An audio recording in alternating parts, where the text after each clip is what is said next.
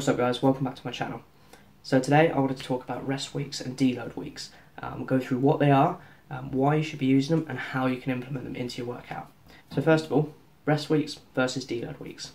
A rest week, as the name implies, is a week off from the gym. Now this would mean a week off from lifting heavy weights, and it doesn't necessarily mean a week off from any sort of activity exercise-wise. So you can still do things like cardio or low intensity sort of work, but you want to take a week off from the heavy lifting. A deload week is slightly different. What a deload week involves is a reduction in intensity or a reduction in volume, or a combination of both.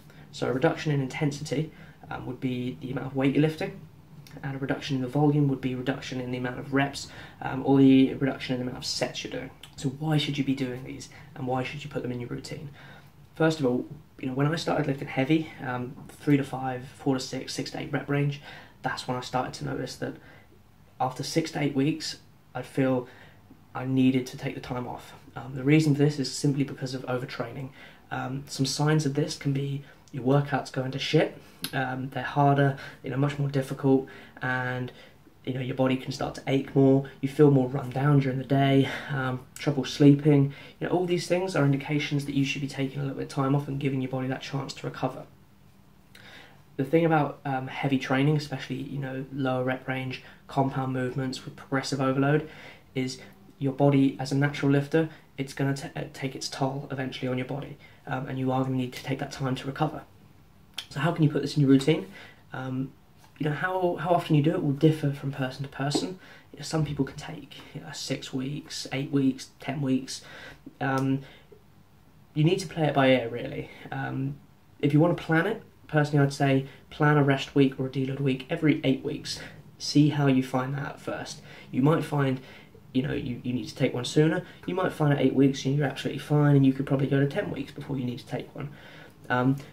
But the way you want to do it is, decide whether you're going to take a week off, or if you're going to take a deload week. What I did in my recent one last week, or earlier this week, was I took 4 days off from the gym, so a mini rest week. The reason I chose that is because I'm going away next week, so I will be taking 5-6 days off completely.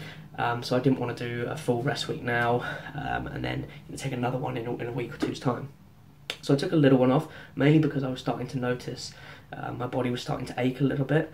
And with my program, I was about 6 weeks into it. It's quite intense. It's pull, push, legs, training each body part twice a week, so a lot of frequency.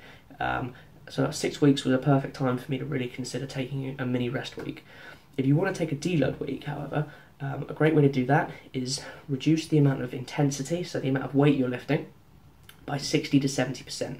So I'll give you an example. If you're squatting 100 kilos for 3 sets, you want to reduce the weight down to 60 to 70 kilos. You can also reduce the amount of volume as well. So if you want, you can reduce the amount of reps for each set, or you can reduce the sets. So you might want to reduce that down from 3 sets to 2 sets, or you can keep 3 sets but just take a rep or 2 off each of those sets. The main thing is to take off the reduce the intensity. I think that's the main thing. But then whether you want to take the volume down is also optional as well. As I said, it's going to be something you do have to play by ear, and see how your body responds to it. But plan to have one of these every 8 weeks at first. See how your body adjusts. So guys, if I wanted to keep this video short. If you've got any input on what you do for your deload weeks and rest weeks, how you implement them, feel free to let me know. If you like this video, give it a thumbs up, and feel free to subscribe. I'll see you next time.